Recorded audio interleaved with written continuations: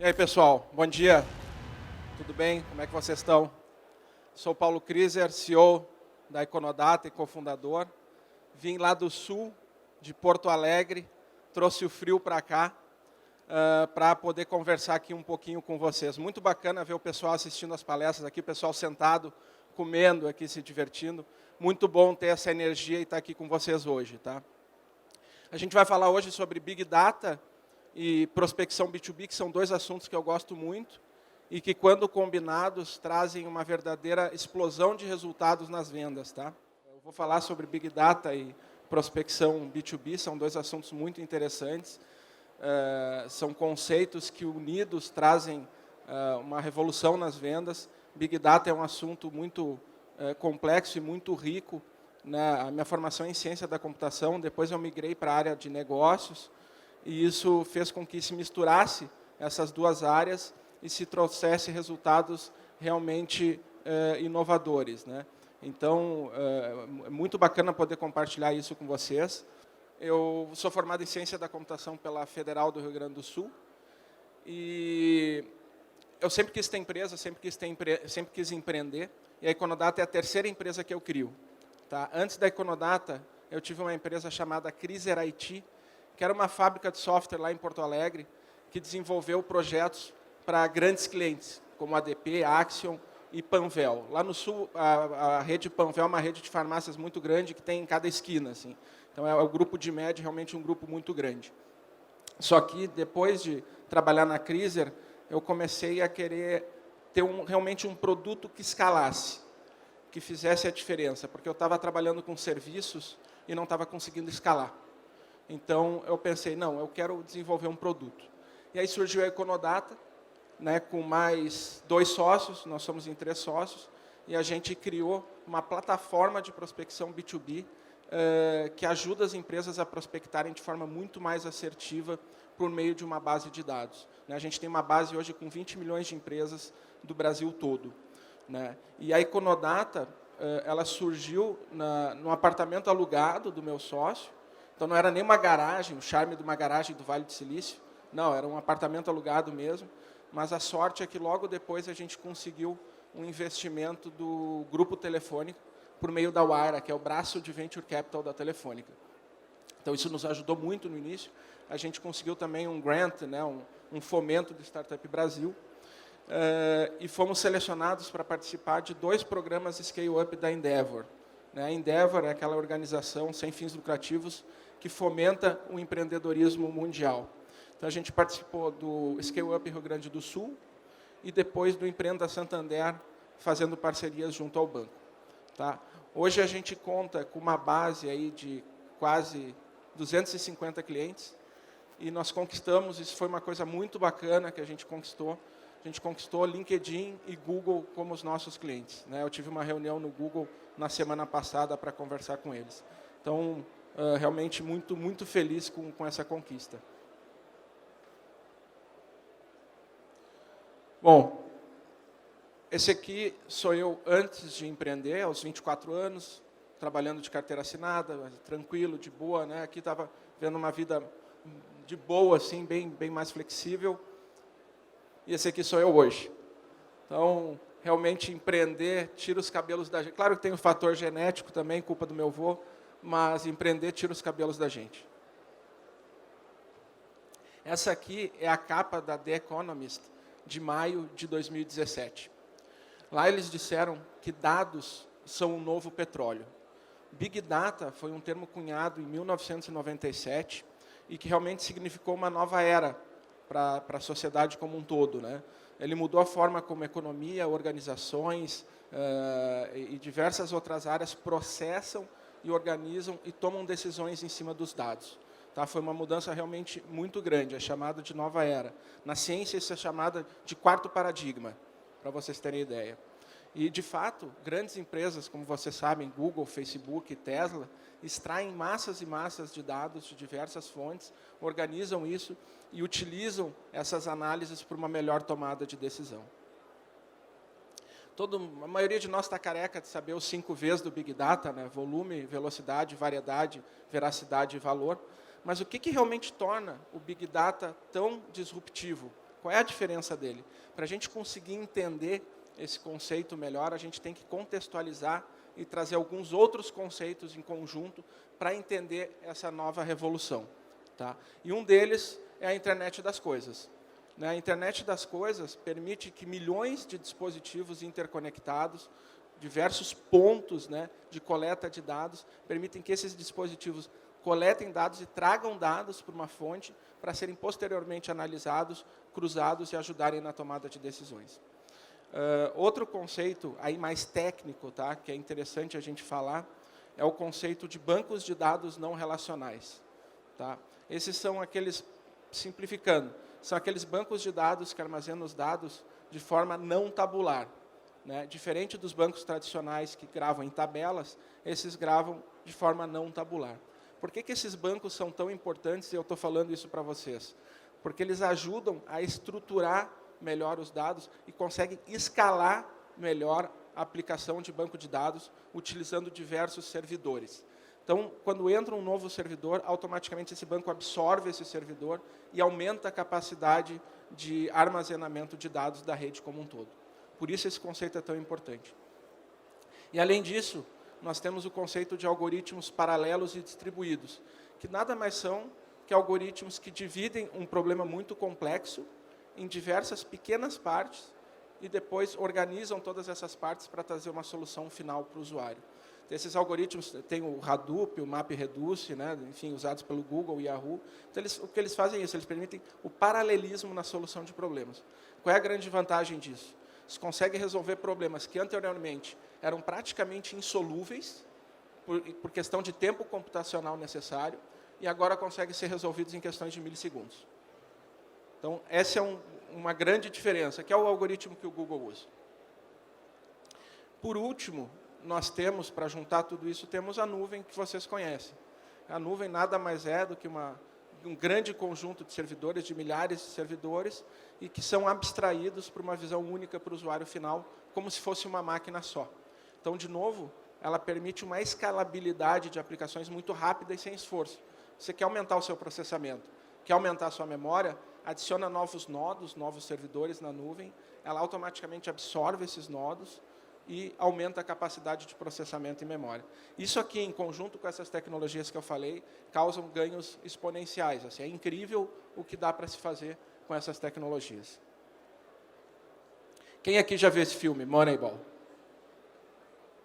Oh, pouca gente, não vou dar spoiler, não vou contar o final, mas é interessante falar um pedacinho, porque ele fala de um caso de Big Data nos esportes.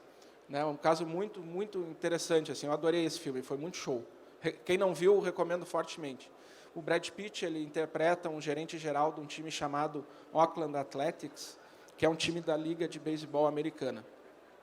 Esse time está em grandes dificuldades financeiras, não consegue contratar jogadores e está perdendo direto assim, as partidas. Então, ele tem que buscar alguma alternativa, não tem orçamento, e aí ele conhece um cara formado em economia em Yale, que usa algoritmos matemáticos diferentões para selecionar jogadores. Então, em vez de se basear em selecionar jogadores muito caros, ele usa outro método para seleção. Né? E, na época, os caras selecionavam jogadores com base nos olheiros, né? Na intuição dos olheiros.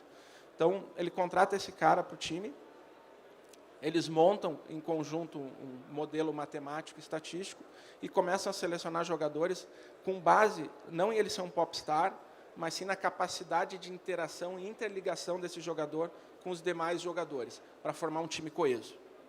Graças a essa estratégia, o Oakland Athletics conseguiu vencer 20 partidas consecutivas, batendo o recorde da Liga de Beisebol Americana. Então, é um caso muito, muito show. Mas o final não é esse, o final é outra coisa e é bem surpreendente também. Aqui é muito engraçado, muito interessante o que o Google consegue saber a respeito da gente. É uma coisa muito louca que a gente não espera. A maioria de nós aqui usa Android, e o Android tem a função de despertar, né, o despertador, para a gente acordar de manhã. E aí tem aquela função soneca de apertar mais 10 minutos e mais 10 minutos. Quem aqui usa o soneca para acordar de manhã? Eu estou bando de preguiçoso, né? Eu uso também. E o que acontece? Só que o Google, ele pega essa função soneca, ele pega os dados, quando a gente está apertando ali os 10 minutos, passa para o servidor do Google, e o Google sabe quais de nós somos mais preguiçosos para acordar de manhã. Então, quem esperava um negócio desses? Eu, quando li isso aqui, não sabia também. Tem até uma configuração no Android que tu pode desabilitar isso, né? Mas a maioria de nós não conhece essa configuração. Então, o Android fica enviando os dados. E esse aqui é o caso mais bizarro, assim. Esse caso é muito louco. A UPS é uma transportadora, uma empresa de logística americana. Esses caras aqui, ao invés do motorista pegar e transportar uma carga do ponto A até o ponto B pelo caminho mais curto, não. Ele só dobra à direita. Então, ele faz o quadradinho. Se ele quer a esquerda, ele faz o quadrado. Então, isso é muito maluco. Eles chegaram a essa conclusão analisando uma grande massa crítica de dados e viram nos Estados Unidos que se você quer dobrar à esquerda, você tem que esperar o farol para dobrar, ou então esperar o tráfego no sentido oposto. Então, eles chegaram à conclusão que dobrando à direita seria mais rápido e teria menor custo. Consequência, economizaram 38 milhões de litros de combustível num ano e fizeram 350 mil encomendas a mais, com essa estratégia completamente maluca. Isso é o que os dados nos mostram, né, pessoal? Às vezes os dados mostram coisas malucas que dá para fazer e que acabam realmente funcionando. E aqui, isso aqui é muito legal, porque é um caso de Big Data, eu tenho que mostrar isso, né, que a gente usa dentro da própria Econodata.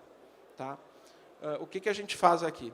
A gente usou um algoritmo para aumentar muito as nossas vendas. A gente tem uma base de dados com 20 milhões de empresas do Brasil todo, uma base bem completa, e aí nós pegamos uma parcela dessas empresas, no caso 4 milhões, criamos páginas HTML para cada uma dessas empresas, com os dados delas, né, CNPJ, endereço, telefone, enfim. Criamos essas 4 milhões de páginas e subimos no site da Econodata. Tá? Feito isso, a gente mandou o Google indexar essas páginas, tá? Para cair nos mecanismos de busca. O que acontece? Talvez até algum de vocês já tenha visto isso na internet, tá? No Google. Se você buscar Superlógica Tecnologias Limitada, no Google, vai aparecer uma página da Econodata, Econodata/Superlógica Tecnologias, e os dados da Superlógica embaixo. O que aconteceu? Graças a essa estratégia, a gente chegou a 1 milhão de acessos por mês, um número incrível para o tamanho da nossa empresa, e aumentamos demais assim, a quantidade de leads gerados e o volume de vendas. Agora vamos falar um pouco sobre prospecção, B2B, e depois a gente junta tudo. Tá? Esse aqui é o nosso universo de empresas no Brasil. O Brasil tem um universo gigante de empresas para se prospectar. São 20 milhões de CNPJs ativos. Isso é basicamente uma empresa para cada 10 habitantes. Né? Isso torna o Brasil o país mais empreendedor do mundo. Tá? E, além disso, tem 13 milhões de CNPJs inativos, que não importa aqui. Só que, dentro desse universo, a gente tem 6,7 milhões de empresas que são MEIs, que são microempreendedores individuais. Para quem prospecta, normalmente não se interessa por prospectar empresa muito pequena, por prospectar MEI, na grande maioria dos casos. Então, tirando essas MEIs, a gente vai para uma amostra de 13,3 milhões de empresas sem MEI. Tá? Além disso, nós temos empresas CNPJs filiais, que são associados ao CNPJ matriz, ou seja, são a mesma empresa. Então, a gente tira esses caras da amostra, a gente vai para 12,3 milhões de empresas. Tá? E, de novo, quem aqui prospecta a empresa, normalmente quer prospectar a empresa um pouquinho maior, não empresa muito pequena. Né? Então, se a gente pegar um ponto de corte, empresas de 10 funcionários para cima, a gente vai para 631 mil empresas no Brasil, já reduzindo bastante o nosso universo. E aí vocês veem que quanto mais a gente for nichando, quanto mais a gente for segmentando, vai diminuindo essa quantidade. Uma vez chegou para a gente um cara que queria prospectar empresas que trabalhassem com dióxido de titânio, uma coisa completamente fora, assim, muito nichada, muito nichado. O cara tinha lá um universo de 300 empresas, a gente mostrou para ele que o mercado era um pouquinho maior, em torno de 500, mas é muito pouco. Né? Uma hora acabam os leads. Então, tem que se cuidar muito dessa questão de abrir muito o mercado ou fechar demais para se chegar no segmento correto.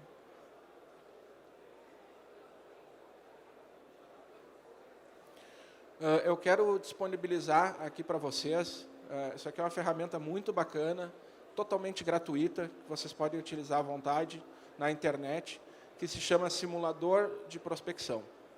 O que esse cara nos dá? Ele nos dá o tamanho do teu mercado em relação ao número de empresas. Tá? Então, assim, você entra com a região, entra com o setor, e ele vai te dizer quantas empresas tem para aquele segmento. Usem à vontade. Então, assim, eu quero saber, empresas de TI do estado do Rio Grande do Sul, lá do meu estado, vai retornar cerca de 6.300 empresas. Tá? Eu quero saber empresas de TI aqui de Campinas, ele vai retornar. E assim você pode fazer para todos os segmentos e todos os estados e cidades do Brasil de forma gratuita. E para se prospectar, a gente tem que começar do início, que é a inteligência de mercado, né? Que nada mais é que a coleta de informações para se ajudar na tomada de decisões comerciais. E nesse início, o ponto de partida para a gente fazer é o nosso velho e bom ICP, o Ideal Customer Profile, ou perfil de cliente ideal, né? O ICP ele é composto basicamente por dois pilares, o pilar da pessoa e o da empresa. A pessoa que a gente vai escolher trabalhar, a gente tem que saber o nível hierárquico que a gente vai trabalhar nela. Então, se vai ser um gerente, um diretor ou um C-level, e também a área, né, que ela vai trabalhar, se vai ser marketing, vendas ou TI. Então, assim a gente define a pessoa. E para definir a empresa, aí nós temos três pilares. Nós temos a região, que é relativamente fácil de se definir, cidade, estado, CEP, bairro ou raio por geolocalização. Nós temos o setor, que a gente usa muito o CNAE, né? O Código Nacional de Atividades Econômicas, que ele é, para quem não conhece, ele é distribuído em 5 níveis, desde o nível mais macro até o nível mais nichado, né? E apresenta todos os setores da economia do Brasil. São cerca de 2.300 e poucos CNAEs.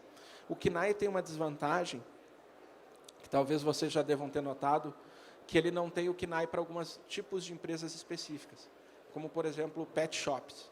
Não tem CNAE para pet shop. Não tem CNAE para empresa de cloud, de nuvem, para a gente trabalhar. Então, aí a gente tem que lançar mão de alguma outra forma de setorização ou de uma busca por palavra-chave. E, por último, nós temos o porte, né? Definir uma empresa por porte. E aí tem diversas variáveis que a gente pode utilizar. Eu vou citar algumas. Uma delas é o capital social, que é amplamente disponível na internet, no site da Receita Federal, vocês conseguem o capital social. A desvantagem dele é que, para o mesmo setor de empresa e o mesmo porte, você pode ter... Desculpa. Vocês podem ter capitais sociais muito diferentes para o mesmo setor e mesmo porte de empresa. Então, nisso ele não é muito preciso, ele não é muito acurado. Aí nós podemos usar a quantidade de funcionários, que essa é amplamente utilizada por diversas empresas. O problema é que ela não é amplamente disponível. E nós podemos usar o faturamento. E aí que o bicho pega. Porque todo mundo quer saber o quanto se fatura uma empresa, né? Todos os leads que chegam até a gente querem saber, vocês têm o faturamento das empresas? E a gente não tem porque isso não é disponível, né? É uma informação confidencial, as empresas não abrem isso. As únicas empresas que abrem o faturamento são aquelas SAs que são obrigadas a publicar o balanço delas no Diário Oficial da União. Então, aí essa informação fica pública e disponível. Tem uma empresa lá no Sul, chamada Klux, que compila todos os diários oficiais da União, extrai esses dados e organiza numa base e consegue pegar os faturamentos. Resultado, eles conseguiram pegar o faturamento de apenas 20 mil empresas no Brasil. Um pedaço muito curto, muito pequeno, que não dá para trabalhar. Qual a solução, então, para quem quer trabalhar com faturamento? A solução é a gente trabalhar com uma variável chamada faturamento presumido, que é uma estimativa do quanto aquela empresa fatura. E essa estimativa é calculada com base em outras variáveis, como capital social, natureza jurídica e diversas outras. É um modelo estatístico de Big Data, praticamente.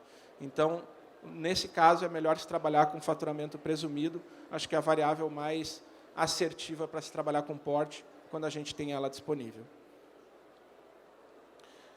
Outra questão importante para se trabalhar com dados é a questão da compliance. O que é compliance? É a gente trabalhar de forma legal, ética, que não esteja saindo dos princípios legais e que tenha segurança jurídica.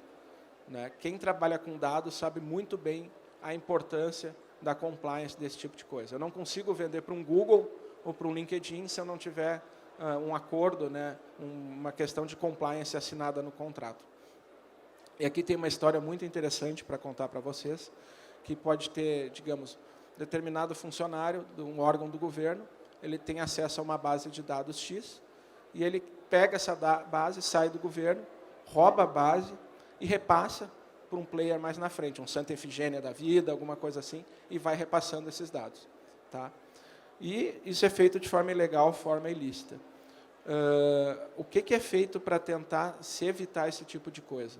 Por isso que eu botei a semente. O governo, o órgão, enfim, planta uma semente dentro da base de dados. Como é que é feito isso? Ele tem uma base de dados, digamos, da RAIS, Declaração Anual dos Empregados das Empresas, e o governo planta um funcionário chamado Pedro Álvares Cabral dentro da base da RAIS para uma empresa específica. É um funcionário que não existe, é fictício, que não é real. Ele é feito só para gerar esse dado fictício. Então, quando a base for copiada e for roubada, e for vista lá no terceiro, quarto, 5 player que está repassando essa base, e tu abrir a base e for ver Pedro Álvares Cabral, sabe a origem da base, sabe que ela foi rodada. Eu achei essa ideia assim fantástica, queria compartilhar com vocês, porque é uma ideia genial. Já vi isso acontecer, já ouvi falar disso acontecer em empresa grande, que pegou dado de fornecedor menor, inidôneo, enfim, e que teve problema por causa disso. Outra questão importante de compliance é agora a LGPD, né, a Lei Geral de Proteção de Dados, que fala muito mais a respeito dos dados das pessoas físicas, que só podem ser copiados com permissão da pessoa física, e pessoa jurídica ainda é mais, digamos, liberado, porque essa informação de pessoa jurídica é pública, né, a gente consegue na internet. E aí nós temos dezenas aqui, a internet é uma mina de ouro, né, para se trabalhar com dados. E muitas vezes a gente desconhece essas minas de ouro. O que a gente tem aqui, por exemplo, são sites de associações e sindicatos, esses são os mais legais. Você tem, por exemplo, Sindicato das Indústrias Têxteis de São Paulo. Porra, se o seu segmento, se o seu ICP é Indústria Têxtil de São Paulo, você tem lá a informação pronta para você. Esse sindicato ele fornece, normalmente, a lista de associados, né, no site. É só você ir nessa lista que tem nome, endereço, nome da empresa, CNPJ, às vezes até o nome do tomador de decisão e o e-mail. Você vai nessa lista, já pega os dados nichadinhos ali, prontinhos para você trabalhar. Outro exemplo, Sindicato das Indústrias Metalmecânica de Caxias, lá do Sul. Pô, aquele site eu gosto muito que ele tem até o porte das empresas, com quantidade de funcionários. Né? Tem cerca de 2.300 empresas. Então, se você vai prospectar esse tipo de empresa, vai nesse site que já tem a lista pronta. Aí nós temos os sites da transparência do governo federal, que indicam o quanto cada empresa faturou junto ao governo por meio de licitação. Então, ele mostra os contratos das empresas lá e diz, a empresa A faturou 5 milhões de reais no ano passado com o governo. Isso é muito interessante, que é uma proxy até para faturamento, para ter uma ideia do quanto aquela empresa fatura e ter uma estimativa de porte dela. E, além disso, a gente tem o site da transparência do governo federal e tem os 27 sites da transparência dos governos estaduais, todos eles com informações de faturamento de empresas junto ao governo. Base riquíssima de informação, tá? Recomendo utilizar. Tem o site da Receita Federal, que é a base primária, que é a origem de todas as empresas, né? Tem todos os CNPJs de empresas estão lá. Então, só que quem já utilizou o site da Receita sabe que as informações de contato lá são desatualizadas, né? O e-mail e o telefone normalmente são do contador. Então, ele não é um site atualizado, mas tem a base de todas as empresas. Tá? E aí tem diversas outras fontes, telelistas, Guia Mais, que são fontes com guias telefônicos. Né? E nós temos o LinkedIn, que quase todos aqui utilizamos. A grande desvantagem do LinkedIn é que eles têm apenas 600 mil empresas do Brasil na base, enquanto o Brasil são 20 milhões de empresas. Então, ele segmenta muito, né? Ele restringe muito o universo de atuação para prospecção. Pessoal, eu vou dar meu e-mail aqui no final da palestra, tá? E aí, quem quiser, eu vou estar disponibilizando uma planilha com 200 fontes públicas e gratuitas de dados para prospecção, tá? Com todos os links certinho. Quem quiser essa planilha, é só me enviar um e-mail, que eu envio de volta para vocês e a gente conversa. Tem diversos problemas que a gente ouve falar de dados, que os leads reclamam, enfim. Empresa inexistente, CNPJ inativo, mas o mais recorrente que todo mundo fala é telefone errado, telefone que não funciona, né? Telefone desatualizado. Para tentar entender melhor esse problema, a gente fez uma pesquisa, né, nós mesmos, com 17 players nacionais, incluindo players públicos, né, bases públicas gratuitas, e players privados, fontes pagas de informação. Então, nós pegamos amostras de dados desses caras, né, de 17 players, efetuamos mais de 2.000 ligações para ver se o telefone era aquele mesmo ou não. Tá? Então, foi uma pesquisa muito interessante. A gente pegou, por exemplo, os sites das operadoras de telefonia, aqueles 102 busca online, que elas são obrigadas a publicar por lei, né, a lista de assinantes delas na internet. Então, teoricamente, elas são detentoras da informação atualizada da lista de assinantes, correto?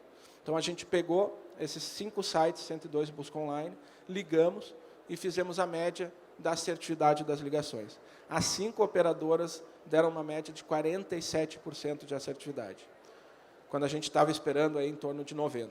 Tá? Foi bastante decepcionante.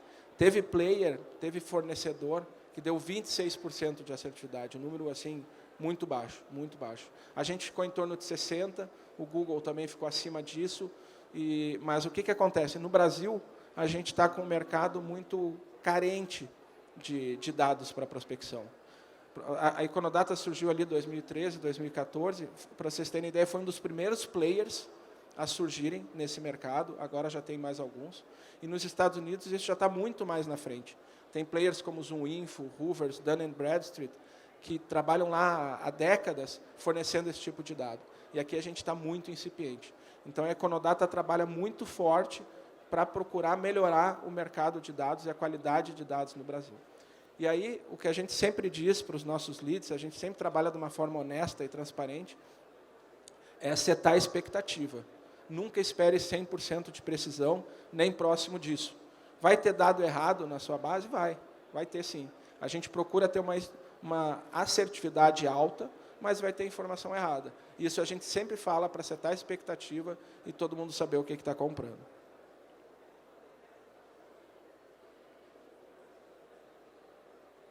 Agora, juntando tudo, né, prospecção com Big Data, com tudo que foi falado, eu vou abrir para vocês, de forma simplificada, o framework que a Econodata utiliza para ingestão de dados. Como que a gente processa tudo isso e devolve lá na camada de saída para as pessoas trabalharem. A gente acessa as bases de dados que a gente falou aqui, as diversas bases, né, e mais tantas outras, coleta essas informações por meio de crawler, que é o algoritmo que vai percorrendo essas bases e coletando as informações, e scrapers, que é o algoritmo que raspa a base, extraindo os dados, buscando esses dados e jogando numa camada de banco de dados. A gente joga tudo isso num stage, que depois ocorre um processamento para fazer cruzamento de dados, para fazer interligação de dados, gerar inteligência, jogando num banco de dados mais completo, que entrega esses dados para a camada de aplicação final. Na camada de aplicação, vocês conseguem consultar mais de 20 milhões de empresas, com uma ótima performance, e trabalhando aí com dezenas e dezenas de filtros, tudo isso graças a uma estrutura de Big Data formada para se trabalhar com um conjunto tão grande de dados.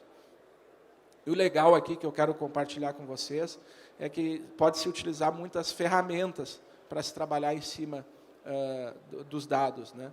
Ferramentas que automatizam e economizam o nosso trabalho. Uma delas é aqueles robozinhos que ficam ligando para os números automaticamente, para ver se o número existe ou não. Ele não vai te dizer se o número é correto ou não, mas ele vai dizer se existe ou não. E isso a gente usa lá, faz aumentar muito a assertividade, porque tem muito número que não existe. Dá para se usar o Twilio, o Total Voice, o João vai palestrar aí também, que fazem esse tipo de coisa. Outro algoritmo muito legal de se utilizar são os algoritmos de descoberta de e-mail. Como é que eles funcionam? Você tem o nome, o sobrenome da pessoa e o site, E esse algoritmo, ele fica tentando várias alternativas para tentar descobrir o e-mail. Exemplo, paulo.kriser@econodata.com.br. Não vai funcionar. Aí ele tenta paulo@econodata.com.br. Aí funciona. Então, ele vai testando as várias alternativas ali, tentativa e erro, até conseguir descobrir o e-mail do cara. Tá? Tem empresas que fazem isso, como a CellRec, eu estou divulgando aqui o que existe para vocês, tá? Mas que também ajuda a descobrir esse tipo de informação. E outra ferramenta interessante de se usar é o Mailgun, que é uma ferramenta de validação de e-mails, que ele vai te dizer se aquele e-mail é correto ou não. Tá? Então, e tem diversas outras, a gente pode utilizar um stack de tecnologias para melhorar a assertividade de dado, para descobrir informação. Tem muita coisa, eu procurei resumir as coisas mais importantes aqui para vocês. Na saída, a gente tem o nosso produto para prospecção, o insumo, a comida do BDR, a comida da equipe de vendas, que é uma lista com o nome da empresa, com site, telefone, e com os 3 principais canais de prospecção, né? Que é o PAP, que ainda fazem porta a porta, o endereço, telefone e e-mail. E aí a gente tem um insumo para se começar a trabalhar. Vocês já ouviram falar essa sigla, que é LDR? Não? Ah, legal, vou falar aqui. Agora, adoro inventar sopa de letrinhas, né? Tem o BDR, tem o SDR, agora tem o LDR. O LDR é o List Development Representative. É o cara que vai ser responsável por higienizar a lista antes dela ser passada para o BDR, para o prospectador. Então, ele vai corrigir a lista, vai corrigir erros, vai efetuar eventuais ligações para atualizar a informação, vai enviar e-mail para deixar aquela lista limpinha antes do prospectador entrar em ação. É isso que faz o nosso LDR. E, utilizando essa abordagem, a gente pode contar um case muito legal do Felipe, da Multirisco, que é uma corretora de seguros, que conseguiu, utilizando essa abordagem de juntar Big Data com prospecção B2B, aumentar em 126% as vendas dele no trimestre, indo para 1,2 milhão de faturamento no trimestre. Pessoal, juntar tecnologia com vendas realmente é fascinante, é um assunto incrível e que pode realmente mudar muito o resultado de vocês nos negócios. Muito obrigado.